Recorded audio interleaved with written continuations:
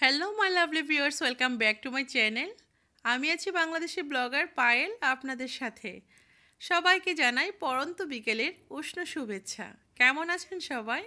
আমি তো অনেক ভালো আছি। শীতের এই বিকেল বেলায় সবাই কিন্তু আমরা শীতে কুড়মুড়িয়ে থাকি। তো এই সময়টা যদি একটু মজাদার পাকুড়া দিয়ে শুরু করা যায় তাহলে কিন্তু বেশ ভালোই লাগে, তাই না? তো সেজন্য আজকে আমি একটা পাকুড়ার রেসিপি আমার ফ্রেন্ডসদের সাথে শেয়ার করব। সেটা হলো বাঁধাকপি আর পালং শাক, এই দুটো একসাথে করে আজকে আমি একটা সুস্বাদু মজাদার পাকুড়া বানাবো। আর আমি আশা করব আমার ভিউয়ার্সরাও এটা ট্রাই করবে। তো এটা খেতে কিন্তু খুবই মজা আর বানানো অনেক সহজ। তো যাই হোক, আজকে আমি এই মজাদার সুস্বাদু হেলদি পাকুড়াটা বানানোর জন্য নিয়েছি এখানে পালং শাক আর বাঁধাকপি, নিয়েছি 3টা ডিম, আর নিয়েছি কিছু ধনিয়া পাতা, কাঁচামরিচ কুচি, পেঁয়াজ কুচি। আর আমি এখানে গুঁড়া মশলার মধ্যে নিয়েছি একটু হলুদ, আর নিয়েছি আমি চাট মশলা। তো চাট মশলাটা কিন্তু যে কোনো সুপার শপে আপনারা পেয়ে যাবেন। আর চাট মশলা না থাকলে সমস্যা নেই, এটা স্কিপ করতে পারেন। আপনার বাসায় থাকা মশলার মধ্যে আপনি ধনিয়া গুঁড়াটা একটু দিতে পারেন। আর আমি দিয়েছি একটু গোলমরিচের গুঁড়া, আর দিয়েছি স্বাদ মতো লবণ। তো আমি সব উপকরণগুলো একসঙ্গে মিলিয়ে একটা ব্যাটার তৈরি করব। তো ব্যাটার তৈরি করার জন্য আমি আগে এই ডিমগুলো ভেঙে নিচ্ছি। অনেক সময় দেখা যায় বাচ্চারা কিন্তু শাক খেতে চায় না, তো সেই ক্ষেত্রে বাচ্চাদেরকে আপনারা ইচ্ছা করলে এরকম পাকোড়া তৈরি করে দিতে পারেন। এরা কিন্তু খুব সহজে এটা খেয়ে নেবে আর বুঝতেও পারবে না এর ভিতরে যে শাক আছে। আর একবার এটা আপনারা বানালেই কিন্তু বুঝতে পারবেন এটা কতটা টেস্টি। তো আমার কাছে তো খুব ভালো লাগে, আশা করি আমার ফ্রেন্ডসদের কাছেও ভালো লাগবে। আর যদি ভালো লাগে আপনাদের কাছে, প্লিজ আমার চ্যানেলটিকে সাবস্ক্রাইব করে দিবেন। সাবস্ক্রাইব করে পাশে থাকা বেল আইকনটি প্রেস করে দিবেন, তাহলেই কিন্তু আমার দেওয়া সকল ভিডিওগুলো সবার আগে চলে যাবে আপনার কাছে। আর ইতিমধ্যে যারা সাবস্ক্রাইব করে ফেলেছেন তাদেরকে জানাই অসংখ্য ভালোবাসা। আমি এখন সবগুলো একসঙ্গে মিলিয়ে একটা ব্যাটার তৈরি করে নিচ্ছি।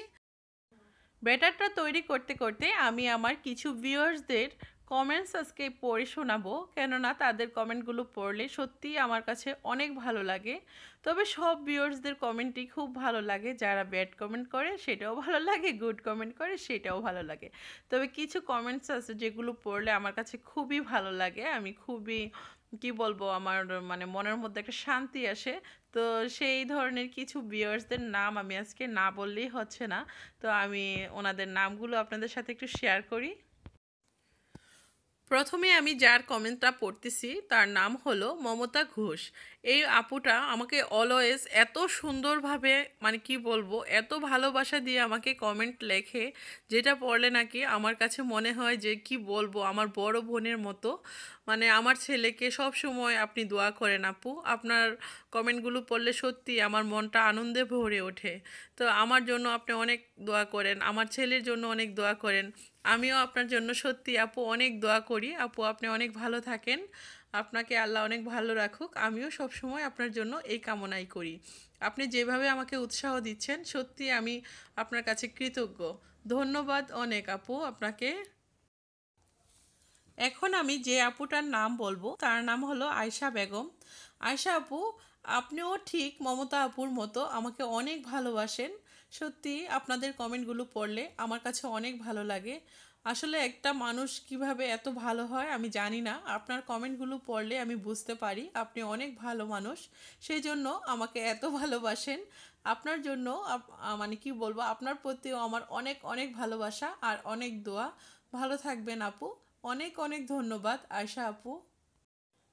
এখন যে আপুটার নাম বলবো তিনি হলেন কামরুন নাহার আপু, যে আমাকে মিষ্টি মেয়ে নামে ডাকে। তো আপু তুমিও অনেক মিষ্টি, তোমার প্রোফাইল পিক দেখে আমি বুঝতে পারি আপু তুমিও অনেক মিষ্টি। তোমাকে অনেক অনেক ধন্যবাদ। আই লাভ ইউ আপু। তুমি আমাকে যেভাবে কমেন্ট করো সত্যি আমি অনেক খুশি হই মনে মনে। তো আমি ভাষায় প্রকাশ করতে পারি না, সেজন্য আজকে আমি তোমাকে ভাষায় প্রকাশ করে দিলাম। আমার ভিডিওতে তোমাদের নামগুলো বলে আমার কাছে খুব ভালো লাগছে। আরও অনেক আপুরা আছে আমাকে অনেক সুন্দর সুন্দর কমেন্ট করে, তো একদিনে সবার নাম বলে তো আমি শেষ করতে পারবো না। আরেকটা আপু আছে, সেটা হলো মার্জান আপু।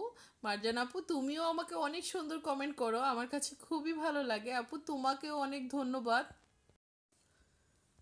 আরেকটা কথা না বললেই নয়, যেটা হলো আমাকে সে আন্টি বলে ডাকে, যার নাম হলো মুনমুন জাহান প্রভা। সে আমাকে বলে আমি নাকি তার বেবি। সে আমাকে সব সময় কিউট বেবি বলে ডাকে। তো মামুনি, তোমাকে অনেক অনেক আদর, তোমাকে অনেক অনেক ভালোবাসা, তুমি আমাকে অনেক ভালোবাসো, সেজন্য তুমি আমাকে সব সময় সুন্দর লাগছে, ভালো লাগছে, কিউট বেবি বলে ডাকো।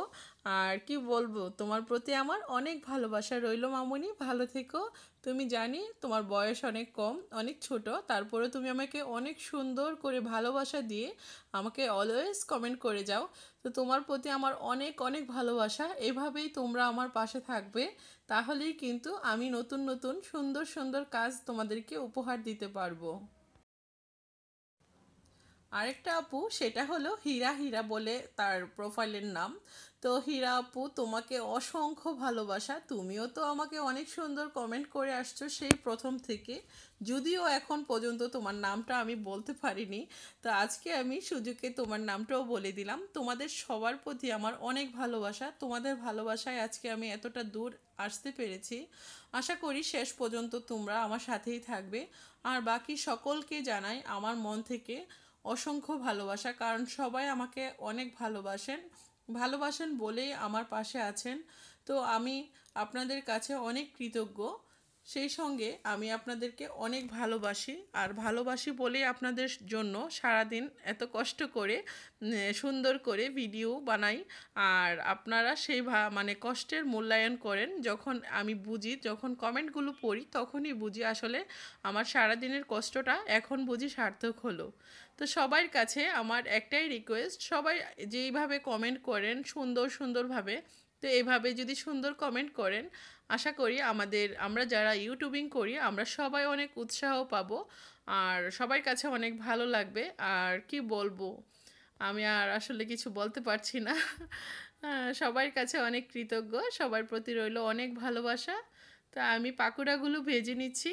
তো ভিউয়ার্স, আপনারা আমার সঙ্গেই থাকুন, আর এই পাকোড়াটা আমি কিভাবে ভেজে নিচ্ছি সেটা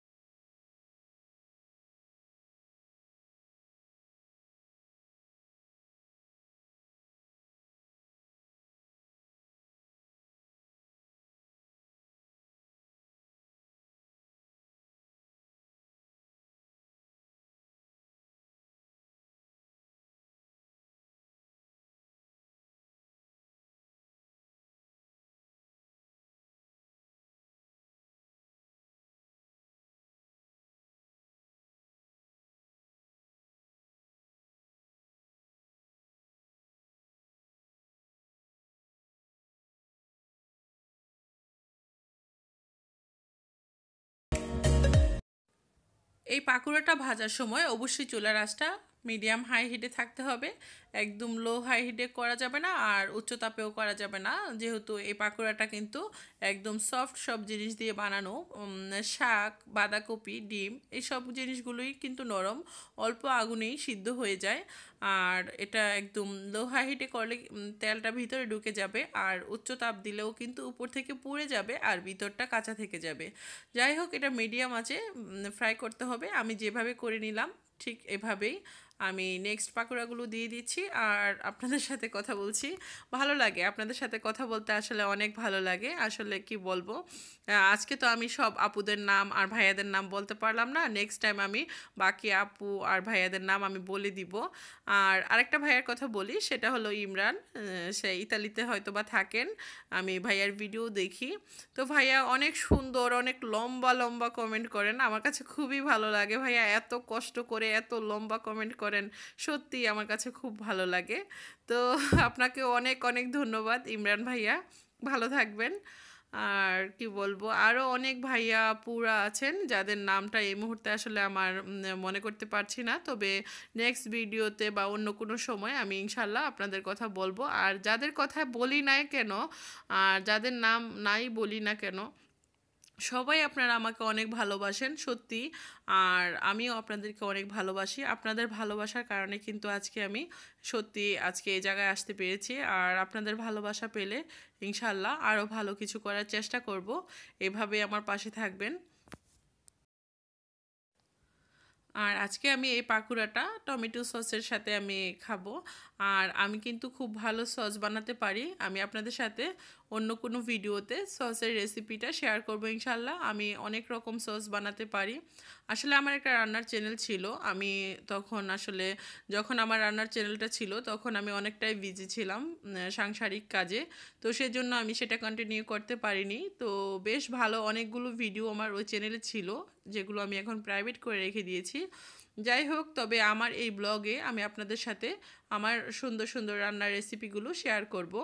আর আমি জানি আমার ভিউয়ার্সদের মধ্যে সবাই খুব ভালো রান্না করতে পারে, তবে যারা নতুন গৃহিণী আছেন, ব্যাচেলার ভাই বোনরা আছেন, তাদের জন্য আমি অলওয়েজ রান্নার রেসিপিগুলো শেয়ার করি।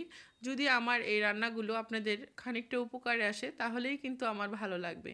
আর যেহেতু আমি রান্না করতে পছন্দ করি, তো সেজন্য আমার রান্নাবান্নাগুলো আপনাদের সাথে শেয়ার করলে আমার কাছে খুবই ভালো লাগে। তো ভিউয়ার্স, আশা করি আজকের রেসিপিটা আপনাদের কাছে ভালো লেগেছে। আর এটা খেতে কিন্তু খুবই মজা। তো আশা করি আপনারা বাসায় ট্রাই করবেন। আর আমাকে কমেন্ট করে অবশ্যই জানাবেন আপনাদেরটা কেমন ছিল। আর এখন যেহেতু শীতকাল, বাংলাদেশে কিন্তু বাজারগুলোতে শীতকালীন সবজিতে ভরপুর। তো যে কোনো সবজি দিয়েই এরকম মজাদার পাকুড়া তৈরি করে ফেলা যায়। তো আমার পাকুড়াগুলো একেবারে রেডি হয়ে গিয়েছে। এই যে দারুণ মজার সুস্বাদু পাকুড়া। তো আমার লাভলি লাভলি ভিউয়ার্সদের জন্য একটা ধাঁধা রয়ে গেল, সেটা হলো আমার পাকুড়ার আজকের ডিশটা দেখতে কেমন ছিল। আর ডিশটা দেখতে কিসের মতো লাগছে সেটা আমাকে অবশ্যই কমেন্ট করে জানাবেন। আমি আশা করব আমার ভিউয়ার্সরা অবশ্যই অনেক ট্যালেন্ট, অনেক বুদ্ধিমান, সবাই বুঝতে পারবে আমাদের আজকের পাকুড়ার ডিশটা দেখতে কিসের মতো লাগছে। তো আমরা তাহলে পাকুড়াটা এনজয় করি ভিউয়ার্স, আপনারা আমাদের সঙ্গেই থাকুন। ও ও আরেকটা কথা, পাকোড়াটা এনজয় করার আগে আমি আপনাদের কাছ থেকে বিদায় নিয়ে নিই। আর আপনারা আমাদের সঙ্গেই থাকুন। আজকের মতো আমি এখানেই বিদায় নিয়ে নিচ্ছি। সবাই ভালো থাকবেন, সুন্দর থাকবেন। আল্লাহ হাফেজ।